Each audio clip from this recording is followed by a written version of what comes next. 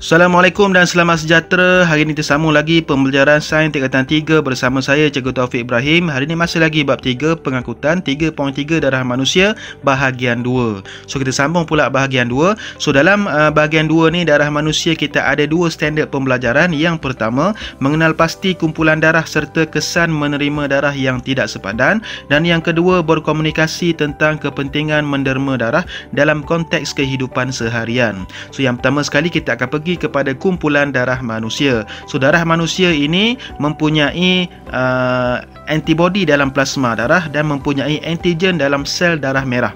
Okey, so antibodi dalam plasma darah ini terbahagi kepada dua, iaitu antibodi anti-A dan antibodi anti-B. Manakala antigen dalam sel darah pula mempunyai antigen A dan antigen B. So apa dia antibodi dan antigen dalam darah manusia ini? Apa kaitannya? So kita sambung slide seterusnya. So kita pergi dahulu kepada antigen dalam sel darah merah. So dalam sel darah merah, katakan seseorang itu mempunyai kumpulan darah A, dia akan mempunyai antigen A. Kalau ada darah B, dia mempunyai antigen B. Kalau darah AB, dia akan ada dua antigen, iaitu antigen A dan antigen B. Kalau seseorang itu mempunyai kumpulan darah O, dia tiada antigen. So antigen ni senang sahaja, dia ikut sahaja kumpulan darah tu. Kalau kumpulan darah A, antigen A. Kalau kumpulan darah B, antigen B. Kalau kumpulan darah AB, ada dua antigen, ada antigen A dan antigen B. So kalau kumpulan darah O ni maknanya kosong, so tak ada antigen. Okey, senang. Okey, seterusnya kita pergi kepada antibodi yang ada dalam plasma darah pula. So antibodi yang ada dalam plasma darah ni, kalau kita ada darah kumpulan A, dia akan ada antibodi anti-B. Okey, dia maknanya anti ni berlawanan, dia terbalik, menentangkan. So manakala kumpulan A, dia antibodi anti-B. Kalau kumpulan B, dia antibodi anti-A, dia terbalik macam tu. Kalau kumpulan AB pula, dia tak ada antibodi. Kalau kumpulan O, dia ada kedua-dua antibodi, iaitu antibodi A dan antibodi B. So antibodi ni dia terbalik dengan nama kumpulan darah. Okey. So kita boleh buat rumusan. Okay, antigen dan antibodi yang ada dalam darah ni, kalau darah A, antigen A, so dia ada antibodi anti-B. So dia terbalik lah. Kalau antigen ni ikut nama kumpulan darah, kalau antibodi ni dia berlawanan dengan kumpulan darah tersebut. So kalau darah A, antigen A, antibodinya anti-B. Kalau darah B, antigen B, sama dengan B. So kalau antibodi dia terbalik, dia anti-A. Kalau AB ni ada antigen tetapi tiada antibodi. Kalau darah O tiada antigen tetapi ada kedua-dua antibodi, anti-A dan anti-B. So antibodi akan menyerang antigen yang sepadan dengannya. Kalau ada darah tu antigen A dan ada antibodi anti-A, dia akan serang satu sama lain kalau sepadan. Kalau A dengan A, dia akan serang. So bila serang macam tu, dia akan menyebabkan pegumpalan darah berlaku dan boleh menyebabkan kematian. Okey, kebolehan seseorang menerima darah bergantung kepada kehadiran antibodi dalam plasma darah tersebut. Kalau kita nak derma darah dan sebagainya, kita nak terima darah, kita kena tengok dalam darah kita tu ada antibodi apa. Okey, so antibodi inilah yang menentukan kita ni nak terima darah apa. So tengok sikit macam mana penerangan yang selanjutnya. Okey, katakan seseorang itu mempunyai kumpulan darah A. Dia ada antigen A. Okey, apabila dia nak terima darah daripada kumpulan darah B, so darah B ni pula dia ada antibodi anti-A. So A dengan A tu sepadan. Antigen dengan antibodi ni sepadan. A dengan anti-A. So dia akan menyebabkan serangan berlaku dan pengkumbalan darah akan berlaku dan boleh menyebabkan kematian. So tengok gambar rajah di sebelah kanan ni, di sebelah kiri tu ialah normal, di sebelah kanan tu penggumpalan darah. So bahayalah, penggumpalan darah ni boleh menyebabkan kematian. So tengok satu persatu. Okey, kumpulan darah A. Kumpulan darah A ni mempunyai antigen A dan antibodi anti-B. Okey, bermakna kumpulan darah A ini tidak boleh menerima darah daripada seseorang darah B, darah AB. Sebab apa? Dalam darah B dengan darah AB ni ada antigen B. So antibodi B dia akan serang antigen yang sepadan dengannya, B dengan B. So tak boleh jadi penggumpalan darah berlaku. Okey, kalau kumpulan darah B pula mempunyai antigen B dan antibodi anti-A. So kumpulan darah B ini tidak boleh menerima darah A dan menerima darah AB. Kerana apa? Kerana dalam kedua-dua darah ini ada antigen A. So antigen A akan diserang oleh antibodi anti-A, so yang sepadan dengannya, dan menyebabkan penggumpalan darah berlaku. So tak boleh. Okey, seterusnya kumpulan darah AB. So kumpulan darah AB ni mempunyai kedua-dua antigen, iaitu antigen A dan antigen B. Okey, so dia tak ada antibody. So dia tak ada antibody bermakna tak ada yang nak serang antigen yang sepadan dengannya. So dia boleh menerima ke semua darah, darah A, darah AB, darah B dan darah O. Untung yang ada darah AB ni sebab dia umur panjang sikit. Okey, kalau dia cedera ke apa ke, dia nak perlukan darah, semua darah dia boleh ambil. Okey. Kumpulan darah O. Kumpulan darah O ni dia tak ada antigen, tetapi dia ada kedua-dua antibody, iaitu antibody anti-A dan antibody anti-B. So, dia tak boleh menerima semua darah A, AB dan B. Kerana apa?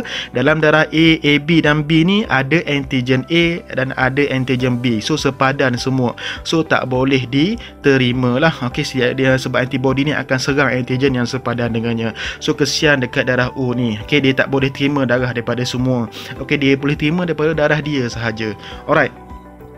Kita buat jadual sedikit. Sebelum pemindahan darah, iaitu transfusi darah, kumpulan darah penderma dan penerima mestilah serasi macam tadilah. Kalau tak serasi, pengumpulan darah akan berlaku dan boleh menyebabkan kematian. So kebolehan menerima darah ini bergantung kepada kehadiran antibody dalam plasma darah. So tengok sikit jadual dekat sini. Okay, kalau penerima, okay, di atas tu kita tengok penerima. So kalau darah A ni dia ada antibody anti-B. Kalau darah A, darah B dia ada antibody anti-A. Kalau darah AB dia tak ada antibody, darah O dia ada kedua-dua antibody, anti-B dan anti-A. So tengok satu persatu. So kalau darah A dia boleh terima lah daripada darah A, sebab darah A ni dia ada antigen A tetapi antibody-nya antibody B. So tak sepadan A dengan B, so boleh derma darah.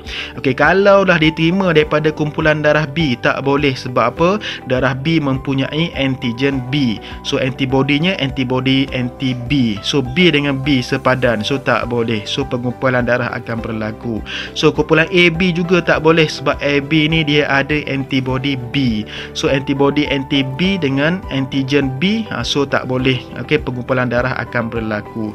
Tapi O boleh sebab O ni dia tak ada antigen. Okey, dia tak ada antigen, so tak boleh serang lah. Antibody B ni tak boleh serang antigen dekat O. O tak ada antigen kan, so boleh lah. Alright, so darah B pula. Okay, untuk darah A tak boleh sebab darah A ada antigen A. So antibody anti-A dengan A tak boleh, dia akan serang. So pengumpulan darah akan berlaku. So kumpulan B dengan B ni boleh. Okay, sama dengan dia boleh. So kalau dengan AB tak boleh juga sebab darah B mempunyai antibody anti-A dan AB ni ada antigen A. So A dengan A sepadan. So pengumpulan darah boleh berlaku. Darah O boleh, tak ada masalah. Okey, darah AB boleh semua darah. Kerana apa? Darah AB ni tak ada antibody. So bila tak ada antibody, dia tak boleh serang lah antigen yang hadir. So hebatlah AB ni, dia boleh terima darah daripada ke semua darah. Okay, tetapi darah O ni semua tak boleh terima sebab darah O ni dia ada kedua-dua antibody, antibody B, antibody A. So dia akan serang antigen yang sepadan dengannya. Okay, so darah O ni boleh terima dengan darah O sahaja. So dekat jadual sini kita boleh kesimpulkan bahawa darah AB ni ialah penerima universal kerana mereka ni boleh terima darah daripada ke semua kumpulan darah, manakala O ni ialah penderma universal sebab dia boleh derma darah ke semua kumpulan darah yang lain. So banyak pahala lah darah O ni walaupun susah sikit bagi dia. Alright, jadi AB ni panjang umur dia tapi dia kedekut lah. Dia terima semua darah tapi dia nak bagi darah kat orang lain tak banyak. Okay, alright. So kita pergi kepada kepentingan menderma darah. Dari segi kita bincang 4 perkara. Yang pertama, isu dan info berkaitan menderma darah. Yang kedua, kriteria yang melayakkan seseorang menderma darah. Yang ketiga, kelebihan dan kepentingan menderma darah. Yang keempat, pengurusan darah yang diderma dari segi penyimpanan dan persetoran. So kita pergi dahulu kepada isu dan info berkaitan menderma darah di Malaysia. Pusat Darah Negara ataupun PDN merupakan salah satu institusi bawah Kementerian Kesihatan Malaysia ataupun KKM.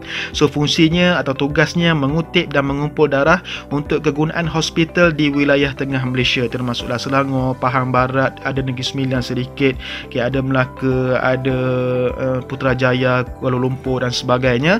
So untuk negeri-negeri lain dia bergantung kepada hospital di negeri masing-masing. So purata penggunaan darah di Malaysia ni adalah sebanyak 2000 beg darah sehari. Satu hari 2000 beg darah diperlukan. Okey, jadi KKM menyasarkan 5% rakyat Malaysia menderma darah bagi menjamin kelangsungan tabung darah di Malaysia. So sekarang ni lebih kurang 2.5%. Okey, jadi tak sampai lagi. Alright, so apabila berlakunya pandemik COVID-19 di penghujung tahun 2019 dan 2020 ni, jadi kutipan darah ni sangat-sangat merosot, okey, penurunan sehingga 40%. Okey, jadi itulah keburukan pandemik ni. Tapi Malaysia ni bagus juga sebab negara yang paling banyak derma darah ni, Malaysia tergolong dalam 5 top 5 lah kiranya. So yang pertama Arab Saudi, yang kedua Turki, yang ketiga India, yang keempat Colombia, yang kelima Malaysia iaitu 40%. So hebat rakyat Malaysia ni. Alright, seterusnya kita pergi kepada derma darah. Jenis derma darah. Okey, derma darah ni kita boleh bahagikan kepada dua jenis. Yang pertama pendermaan darah penuh iaitu the whole blood. Yang kedua ialah pendermaan secara apheresis. Okey, kalau whole blood ni biasa dilakukan oleh penderma darah. Okey, darah tidak menjalani proses pengasingan darah kepada komponen. Kita derma semua darah kita, termasuklah plasma darah, sel darah merah, sel darah putih, platelet dan sebagainya. So kalau mempunyai berat lebih daripada 55 kg, kita boleh derma 450 ml. Kalau kita mempunyai berat 45 hingga 55 kg, kita boleh derma sehingga 350 ml. So kita boleh menderma darah ni setiap 3 bulan sekali. Kalau sekali kita derma, kita mengambil masa sehingga 30 minit lah nak penuh 450 dengan 350 ni. Okey, pendermaan yang kedua iaitu pendermaan secara apheresis, ialah pendermaan plasma atau pendermaan platelet atau kedua-duanya sekali. So bila kita lakukan pendermaan macam ni, sel darah merah tu tak akan diambil. So dia akan masuk semula ke dalam badan kita. Dia ambil plasma, platelet ataupun kedua-duanya sekali. So masa untuk ambil plasma ni lebih kurang 30 hingga 45 minit. Kalau ambil platelet ni lebih kurang 45 hingga 75 minit. So boleh menderma setiap 3 minggu sekali. Sebab apa? Sebab sel darah merah tak diambil. So banyak kerap jugalah kita boleh derma plasma dan platelet ni. Sebab sel darah merah kita tak ambil, masuk semula dalam badan kita. Alright, seterusnya kita pergi kepada isu dan info yang lain, kegunaan darah dan komponennya. So kita derma darah, kita kena tahulah apa gunanya darah kita ni untuk pesakit-pesakit dan hospital-hospital. Okey, kalau whole blood ni, darah keseluruhan ni untuk pesakit yang kehilangan darah akibat kemalangan, pembedahan dan sebagainya, ataupun pertukaran darah bayi akibat jaundice neonatal yang teruk iaitu penyakit kuning. Okay, biasanya penyakit kuning ni kena kepada baby-baby yang baru lahir. So mereka perlukan, kalau teruk sangat mereka perlu tukar darah. Okey, inilah fungsi the whole blood tadi. Okey, kalau sel darah merah pula digunakan untuk pesakit yang mengalami masalah kekurangan hemoglobin, contohnya penyakit anemia tadi. So ganti balik sel darah merahnya, tambah sel darah merah. Yang kedua ialah platelet, digunakan untuk pesakit yang kekurangan platelet, pesakit itu demam denggi dan leukemia. Kalau plasma darah digunakan untuk kegunaan kes pendarahan semasa bersalin, lecur akibat kebakaran dan pendarahan akibat kerosakan hati. So kriteria melayakkan seseorang menderma darah ada beberapa kriteria kita kena tahu. Yang pertama, sihat tubuh badan. Yang kedua ialah umur. Kalau 18 hingga 65 tahun untuk yang pernah menderma. Kalau yang tak pernah menderma, pertama kali first time, mesti umur ni dalam lingkungan 18 hingga 60 tahun. Kalau 17 tahun mesti ada kebenaran ibu bapa atau penjaga. Yang ketiga, berat badan mesti melebihi 45 kg dan mesti ada tidur minimum 5 jam. Kalau kita nak derma darah hari ni, semalam kita tidur mesti minimum 5 jam. Okey, tiada masalah kesihatan. Yang keenam, telah mengambil makanan sebelum menderma darah. Yang ketujuh, mempunyai gaya hidup yang sihat. So tidak terlibat dalam budaya hidup songsang dan sebagainya, gay, lesbian dan sebagainya. Yang ke-8, pendermaan terakhir 3 bulan yang lepas. Kalau perempuan tidak mengandung, tidak datang haid dan tidak menyusukan anak. So kalau nak derma darah, yang penting sekali kita kena bawa IC original, bukannya salinan. So yang kedua, kita kena bawa buku darah iaitu sijil derma darah ni yang saya punya sendiri. Saya ambil gambar. So dalam sijil tu dia akan tunjuklah tarikh bila kita derma darah. So saya derma darah kat sini last kali tahun 2009. Lama dah saya tak derma darah. Okey, dah hampir 11 tahun dah. So baru 4 kali derma darah. Okey, seterusnya kita bagi kelebihan dan kepentingan menderma darah. Yang pertama sekali, kalau kita derma darah, dia boleh menjaga kesihatan penderma darah. Kerana apa? Sebelum kita menderma darah ni, doktor akan check fully kita punya kesihatan. Okey, jadi untunglah kita free sahaja. Yang kedua, mengurangkan risiko sakit jantung sebab dalam darah ada zat besi. Zat besi ni fungsinya boleh memekatkan darah dan merosakkan arteri. So bila kita derma darah, kita keluarkan zat besi. So kuranglah risiko sakit jantung. Yang ketiga, mengurangkan risiko penyakit kanser yang terdapat di bahagian usus, bahagian perut, hati dan tekak. Yang keempat, mengurangkan kalori dalam badan, so boleh membakar hampir 650 kalori setiap kali satu sesi menderma darah. Yang kelima, menghasilkan sel-sel darah baharu. So sel darah merah akan berkurang apabila kita menderma darah. Jadi sel darah merah itu akan dihasilkan semula oleh sum-sum tulang. So menyebabkan sel-sel baharu ni ada balik. Jadi tubuh badan kita ni lebih segar dan lebih sihat. Contoh macam kereta lah. Kalau kereta ni kita tukar plug, kita tukar bateri yang baru, kereta tu jadi bertenaga, hebat semula. Sama dengan tubuh badan kita. So dapat sel baru, tubuh badan kita akan lebih segar dan lebih sihat. Okey, seterusnya pengurusan darah yang diderma dari segi penyimpanan dan pensetoran. Setelah darah diderma oleh penderma, darah tersebut akan disimpan dalam beg yang berisi natrium sitrat. So apa fungsinya? Untuk mengelakkan pembekuan darah. Ni masuk exam selalu masuk exam, apa fungsi natrium sitrat? Untuk mengelakkan pembekuan darah. Selepas itu darah akan diasingkan mengikut kumpulan. Okey, kumpulan apa? Kumpulan A ke, AB ke, kumpulan O ke. Okey, dan saringan darah akan dilakukan bagi nak tengok ada ke tak sebaran penyakit yang berbahaya. Contohnya seperti AIDS, HIV, hepatitis B, hepatitis C. Kalau ada penyakit macam tu dalam darah kita, beg darah tersebut akan disingkirkan. So bahayalah, takkan kita nak bagi darah yang ada penyakit dekat orang, dia orang tu dapat penyakit pula.